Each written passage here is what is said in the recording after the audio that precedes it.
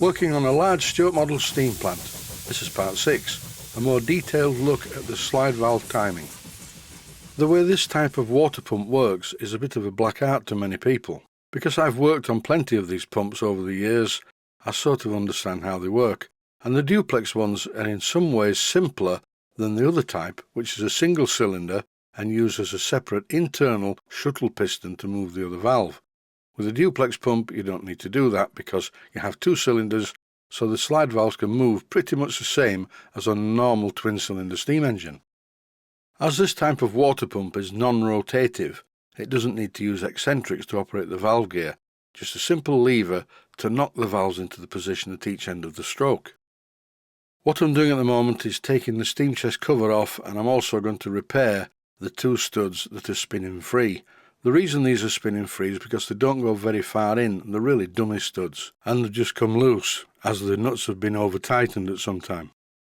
I'm Loctiting them back in place, tapping them with a hammer, and once the Loctite's set they will be okay, provided that I don't over tighten the nuts that are going on there.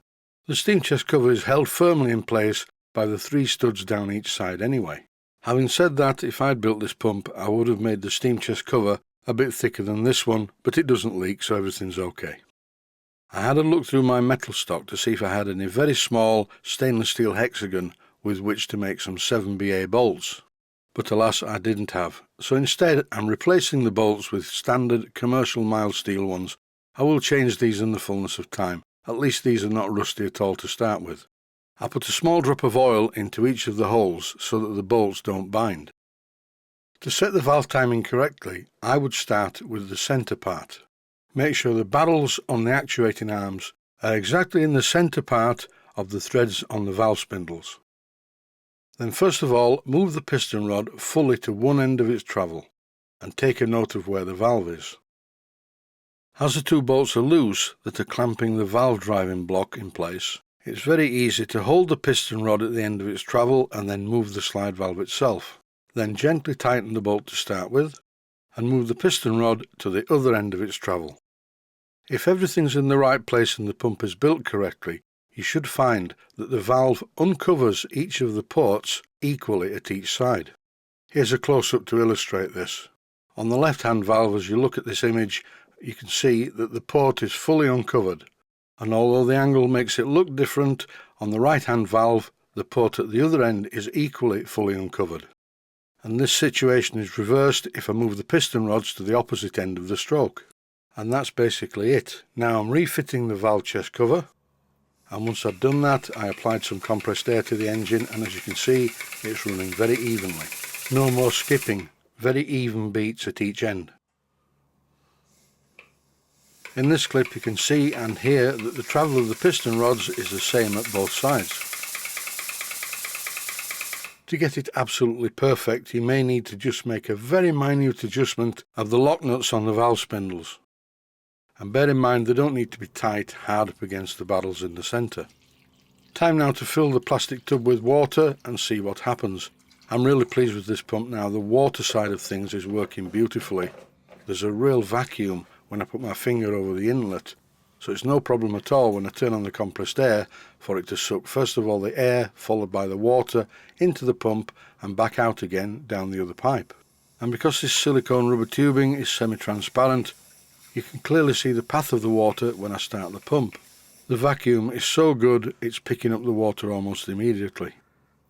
I'd just like to mention that this kind of a flow from a pump of this size is miles too big for the small boiler that it's feeding. A Stuart Model's HB6 is a very small 6-inch diameter boiler. This pump is capable of feeding a much larger boiler, and that's why the water feed to the boiler is fitted with a T-piece, and to this T-piece I've fitted a valve which acts as a bypass valve to let a lot of the water back to the tank, because this would really fill the boiler in about a dozen strokes. When I run the steam plant I'll be able to set this pump so it's just ticking over, and with the bypass valve opened it should put just enough water into the boiler to make up for what the engine uses. When I cleaned up the steam chest cover I was very surprised to find that this piece of metal that says B. Walker 1995 on it was stuck to the steam chest cover using epoxy resin, and as it fell off I thought, well, it's a good thing really, because I never liked it there in the first place, So now I've put it down on the bed plate and it looks a lot better.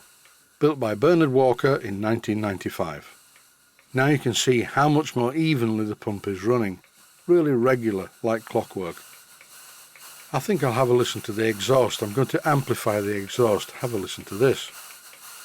And how am I making this happen? Well, just with a ball of string. The tube, in fact, inside the ball of string. The string's nothing to do with it. You'll notice that as I move the position of this ball of string with the tube at the centre, the exhaust note either gets louder, softer, more higher pitched or deeper. Basically, the tube is causing some turbulence. If you do this in a locomotive, you will get a much louder blast. I made a video a while back showing a special small amplifier nozzle, but you have to get the angle of the nozzle right as it goes up the petticoat pipe. If you get it wrong, then your engine won't steam, as a viewer wrote in to tell me. I often used to experiment with blast nozzles on small locomotives, and sometimes if you silver solder a small bar across the centre of the blast nozzle, then the engine really does steam very well, a little bit too well. I burnt out 1 or 2 grates by doing this. By splitting the output of the blast nozzle, you get a lot more turbulence, a lot more noise, and generally speaking, a much fiercer fire. The pump was perfectly fine as you've just seen it. I just thought I would be obsessive and finally tweak the positions of the lock nuts to obtain a beautifully sweet, regular beat. I put some lubricating oil in the air feed to the engine because I don't want the cylinders to run dry, and here I'm just putting a small amount of oil on all the moving parts, which I would do anyway before steaming this. The pump isn't pumping against any pressure, although when I did squeeze the tube as hard as I couldn't stop the water from coming out, and it came out in a very fine, long stream. But this time, thankfully, the water pipe didn't blow off and I didn't get wet. That's about it for the duplex pump. It's working fine, it's ready to go back on the baseboard and feed the boiler with water. I think the next part of this steam plant that I'm going to look at is the engine itself, because I think I can improve the timing. For the moment though, I'll leave you with this running. Thanks for watching, and I hope you found it useful.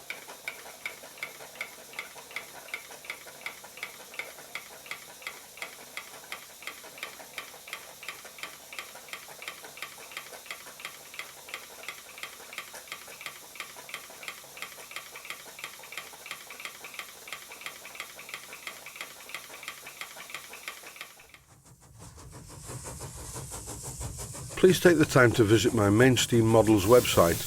Click on the section of the website that says Video Playlists. And by doing that, you will find it very easy to find other videos that you may like to watch.